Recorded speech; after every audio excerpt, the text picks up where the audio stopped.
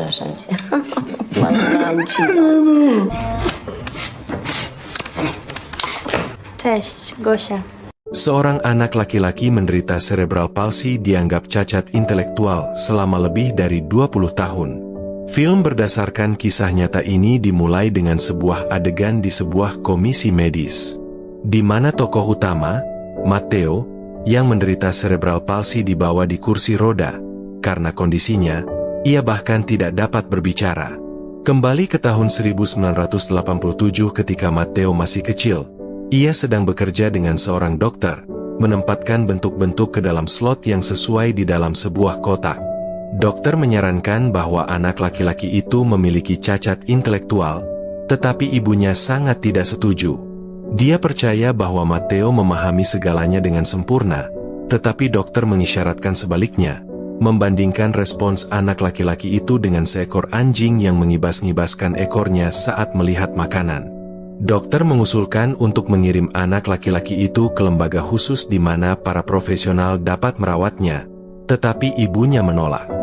Di rumah, sang ibu mencoba untuk mengajari putranya berjalan, meskipun putrinya dan putra sulungnya berpikir itu tidak ada gunanya. Matteo bergerak di lantai dengan punggungnya dan bertemu ayahnya dan bermain dengannya dengan putus asa. Orang tua itu menyewa spesialis untuk membantu putra mereka. Namun setelah beberapa sesi, spesialis mengakui bahwa usaha mereka nihil. Tidak ada cara untuk membantu anak laki-laki itu. Mereka bahkan menolak pembayaran untuk kunjungan terakhir. Kemudian sang ibu berjalan dengan Matteo di luar, mengakui bahwa semua usahanya tampak sia-sia. Tetapi Matteo mencoba untuk mengkomunikasikan sesuatu padanya, memaksanya untuk menebak maksudnya. Hambatan komunikasi ini membuatnya sedih dan kelelahan. Dia lalu mendorongnya pulang. Di sepanjang jalan, Matteo menjelaskan dengan suara di atas, betapa dia juga kesal dengan ketidakmampuannya untuk berkomunikasi dengan keluarganya. Di rumah, sang ayah berinteraksi dengan Matteo, mengajarinya untuk memukul meja dengan tinjunya seperti pria sejati.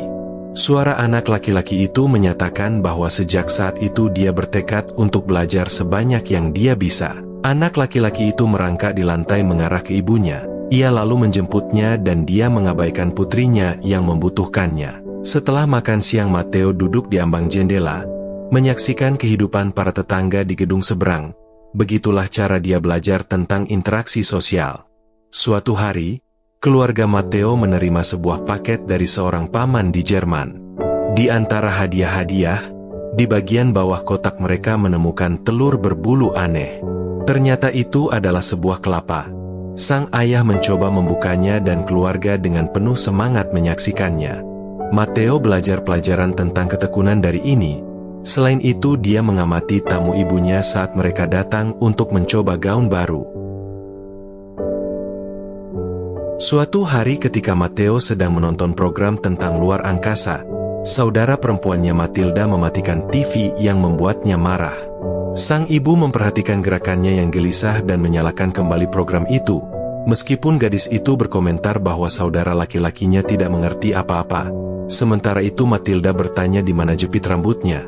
Matteo merangkak menuju sofa sambil membuat suara-suara. Keluarga mencoba menenangkannya, tetapi dia mencoba untuk menarik perhatian ke jepit rambut yang terguling di bawah sofa, meskipun tidak berhasil mengarahkan mereka. Mateusz, no proszę. Już, kochanie, już. Pada tahun 1989, sang ayah menunjukkan kepada Matteo langit malam melalui jendela. Ia berbicara tentang bintang-bintang. Keesokannya, dengan suara di atas, Matteo bertanya-tanya apa yang sedang dikerjakan ayahnya. Ayahnya membuatkannya kursi roda baru dari bahan-bahan seadanya, seperti tempat tidur lipat yang dipotong, dan memberikannya kepada Matteo. Kemudian saat merayakan pemilihan Demokrat pertama Polandia dan pembebasan dari kekuasaan sosialis, sang ayah pergi ke toko, seolah-olah untuk membeli kunci pintu baru. Namun dia pulang larut malam dalam keadaan mabuk memanjat ke balkon. Dia mengetuk jendela untuk mendapatkan perhatian Matteo tepat pada waktunya perayaan dan meluncurkan kembang api ke langit. Saat anak laki-laki itu melihat bintang-bintang yang meledak, ayahnya jatuh dari balkon dan meninggal. Matteo ditinggalkan dengan nasihat ayahnya untuk tidak pernah menyerah.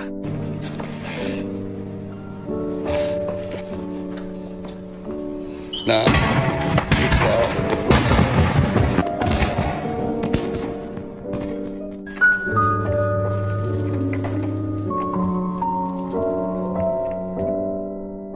Maju cepat ke tahun 1998, Matteo yang sudah dewasa masih merangkak ke ambang jendela untuk menatap bintang-bintang dan gadis tetangga, Anka, yang ibunya sangat ramah sehingga dia mengundang pria yang berbeda setiap malam.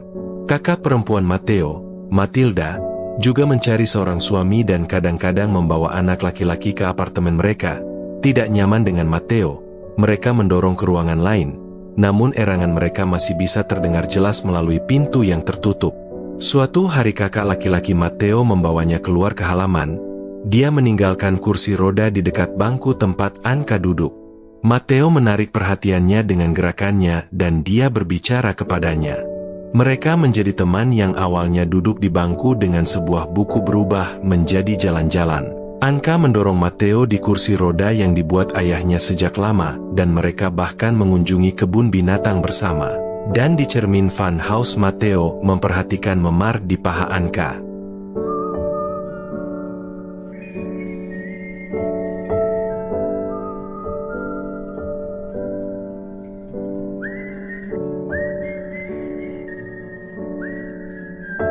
Suatu ketika, Matteo duduk di ambang jendela. Dia melihat temannya membela ibunya dari pacar ibunya dan dirinya telah dipukul. Mencoba melakukan sesuatu, dia melemparkan pot bunga keluar jendela yang ditujukan pada pria asing itu saat lewat. Di lain waktu, Matteo melihat pria asing tersebut bersepeda melewatinya. Matteo melemparkan tanah ke arahnya dan pria itu bertanya mengapa dia melakukannya. Orang itu kemudian mulai mengejek anak laki-laki cacat itu. Tangisan Matteo menarik perhatian polisi setempat, mantan teman mendiang ayahnya. Pria agresif itu menyerang petugas dan kemudian ditangkap. Czy ja tu coś zrobiłem?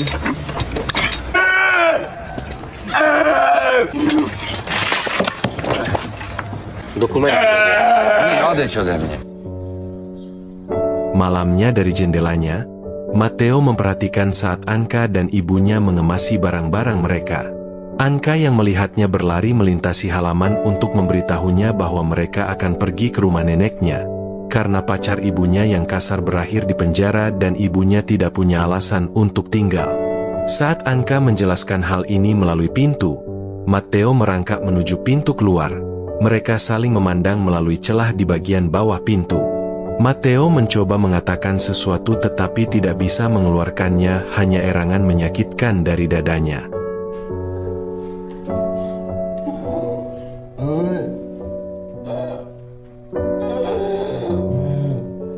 Pada tahun 2000, saudara laki-laki Matteo yang bertugas di Angkatan Laut pulang cuti. Saat itu Matilda sudah menikah dan mereka semua berkumpul di meja minum untuk merayakan reuni. Mereka membahas bagaimana hidup bersama di apartemen yang sama. Matilda mengajukan pertanyaan tentang apa yang harus dilakukan dengan Matteo ketika ibu mereka tidak ada lagi. Dia tidak bersemangat untuk mengambil tanggung jawab merawatnya. Matteo terus menghabiskan waktunya di ambang jendela mengamati kehidupan di halaman. Suatu hari, saat upaya untuk mengangkat Matteo ke kursi rodanya, ibunya jatuh ke lantai yang menandai berakhirnya kehidupan Matteo yang riang. Karena ibunya dirawat, kakaknya dan suaminya membawanya ke fasilitas perawatan khusus yang sudah penuh sesak dengan pasien yang menderita berbagai kondisi. Ketika dia tiba di bangsal, penghuni datang menemuinya. Matteo secara bertahap beradaptasi dengan institusi tersebut, berharap ibunya akan datang untuk menjemputnya kembali. Kehidupan di fasilitas perawatan terus berlanjut, tetapi Matteo merasa tidak pada tempatnya. Tempat itu sepertinya bukan untuknya. Suatu hari, ibunya mengunjunginya setelah keluar dari rumah sakit. Dia ragu-ragu di pintu bangsalnya sebelum akhirnya masuk. Setelah menghabiskan beberapa waktu bersamanya, dia bersiap untuk pergi mengejar kereta. Dia berjanji untuk mengunjunginya pada hari Senin, menyadari bahwa dia telah ditinggalkan. Matteo secara bertahap jatuh ke dalam depresi meskipun staf merawatnya. Keadaan berubah ketika seorang gadis sukarelawan baru muncul. Pemandangan dadanya membawa sedikit penghibur bagi Matteo. Ibu Matteo melanjutkan untuk mengunjunginya. Dia juga menceritakan tentang kehidupan saudara laki-laki dan perempuannya. Namun meskipun ibunya mengunjunginya, Matteo menyimpan dendam terhadapnya karena meninggalkannya di tempat itu yang diliputi emosi. Dia bahkan jatuh dari kursi rodanya. Setelah kejadian ini, dia ditempatkan sementara di ruang berlapis dan diberi helm tinju untuk mencegahnya secara tidak sengaja melukai kepalanya. Depresi Matteo menjadi-jadi. Dia menggigit bibirnya sampai berdarah saat diberi makan posisi berbaring. Alih-alih mengubah posisinya menjadi duduk, para dokter menahannya di kursi gigi dan menggertakkan giginya. Dalam perjalanan kembali dari prosedur yang dipermalukan dan tertekan, Matteo memanfaatkan momen ketika pengasuhnya menjauh. Dia menggulingkan kursi rodanya ke tangga dan jatuh dari sana, mengingat kata-kata ayahnya bahwa terkadang ketika Anda tidak tahan lagi, Anda harus membanting tangan Anda di atas meja.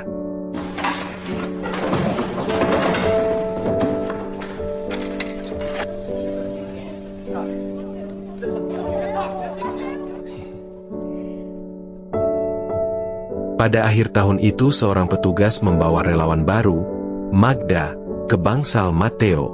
Ini adalah ujian untuk membiarkan dia melihat apa yang dia hadapi dan memutuskan apakah dia ingin berhenti memandanginya. Matteo merenungkan bahwa mungkin payudara bukanlah hal terpenting tentang seorang wanita. Magda merawat Matteo dan memperhatikan bahwa dia bereaksi terhadap kata-katanya. Suatu hari dia memainkan musik di bangsal dan menari menjelaskan bahwa ini adalah cara dia mengatasi pikiran berat dan petugas memergokinya. Magda berpendapat bahwa Matteo mengerti apa yang dia katakan meskipun petugas tetap skeptis. Saat ketika mandi, Matteo bereaksi terhadap majalah di tangan seorang perawat laki-laki yang Magda perhatikan. Pada ulang tahun Matteo yang ke-25, ibunya datang membawa kue. Ketika Magda tiba, dia meminta izin untuk membawa Matteo jalan-jalan di luar. Kemudian setelahnya Magda mengunjungi bangsal Matteo saat larut malam. Dia memiliki hadiah untuknya. Dia membawa majalah, mencatat minatnya pada itu dan kemudian setelah mengkonfirmasi reaksinya dia melepas pakaiannya sehingga dia bisa menyentuhnya. Suatu waktu dia membawa Matteo ke makan malam Natal di sebuah restoran tempat ayah dan ibu tirinya dan para tamu berkumpul.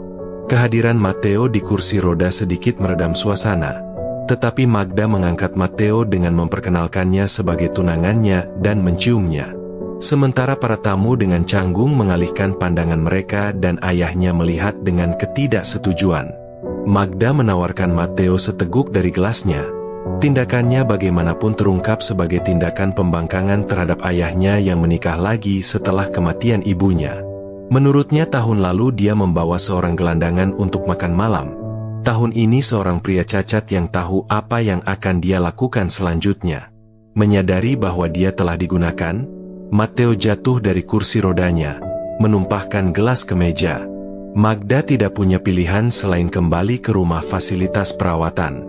Matteo duduk di kursi rodanya seperti biasa menatap keluar jendela ketika petugas datang untuk memberitahunya bahwa Magda telah berhenti. Tampaknya dia telah mencapai tujuannya yang dia miliki sebagai sukarelawan. Memahami bahwa dia telah ditinggalkan dan dieksploitasi, Matteo mendengarkan musik dan memaksakan diri untuk tersenyum untuk menahan air mata.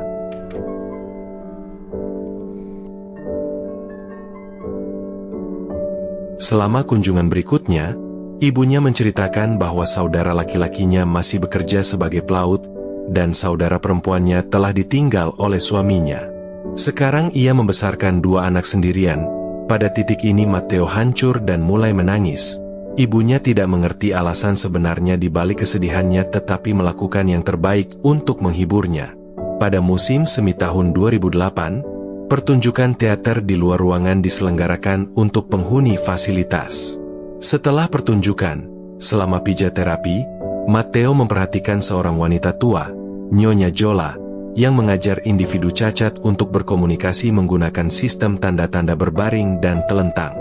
Dia mencoba segala cara yang tersedia untuk mendapatkan perhatiannya, dan akhirnya dia berbicara kepadanya dan menenangkannya. Nyonya Jola mengembangkan sistem komunikasi untuk Matteo berdasarkan tanda-tanda dan kedipan.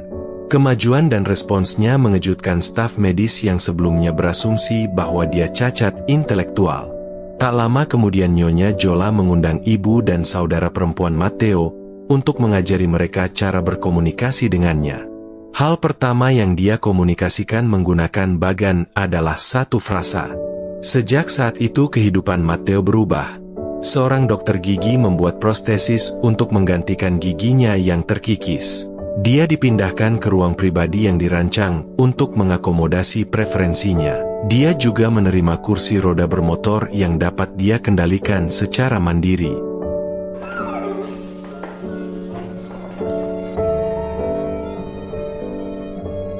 Pada tahun 2010, Matteo dikunjungi oleh seorang jurnalis yang ingin menulis artikel tentangnya. Dia juga diperkenalkan ke internet dan komputer yang memungkinkannya untuk berkomunikasi dengan orang-orang lebih luas. Suatu hari saudara perempuan Matteo membawanya pulang untuk bertemu keponakannya dan menghabiskan waktu dengan saudara laki-laki mereka yang pulang cuti. Malam itu dia duduk dengan keponakannya di dekat jendela, menatap bintang-bintang seperti yang pernah dia lakukan dengan ayahnya. Selama kunjungan berikutnya, ibunya mengetahui dari staf bahwa artikel Matteo telah dibaca oleh administrasi karena dia tidak cacat intelektual. Dia tidak lagi memenuhi syarat untuk tinggal di fasilitas. Mereka bermaksud untuk memindahkannya ke fasilitas lain. Ketika ibunya memberitahu Matteo, dia tidak senang dengan gagasan untuk memindahkannya. Film kembali ke adegan pembuka di mana Matteo dibawa ke hadapan komisi. Namun dia tidak ingin menunjukkan bahwa dia mampu. Jadi dia berpura-pura berperilaku tidak pantas saat Nyonya Jola mulai mendorongnya keluar dari ruangan. Dia tiba-tiba melompat keluar dari kursi roda dan merangkak kembali ke komisi sambil membalikkan badan. Dia bangkit berdiri dengan susah payah dan berjalan ke meja sendiri. Di adegan berikutnya Nyonya Jola terlihat mendorong Matteo melalui lorong-lorong fasilitas untuk menyapa penyandang cacat intelektual tempat dia menghabiskan beberapa tahun terakhir. Adegan terakhir menunjukkan Matteo di kamar pribadinya, menggerakkan kursi roda bermotornya ke arah teleskop. Film berakhir saat Matteo menoleh ke arah kamera menatap langsung ke mata penonton.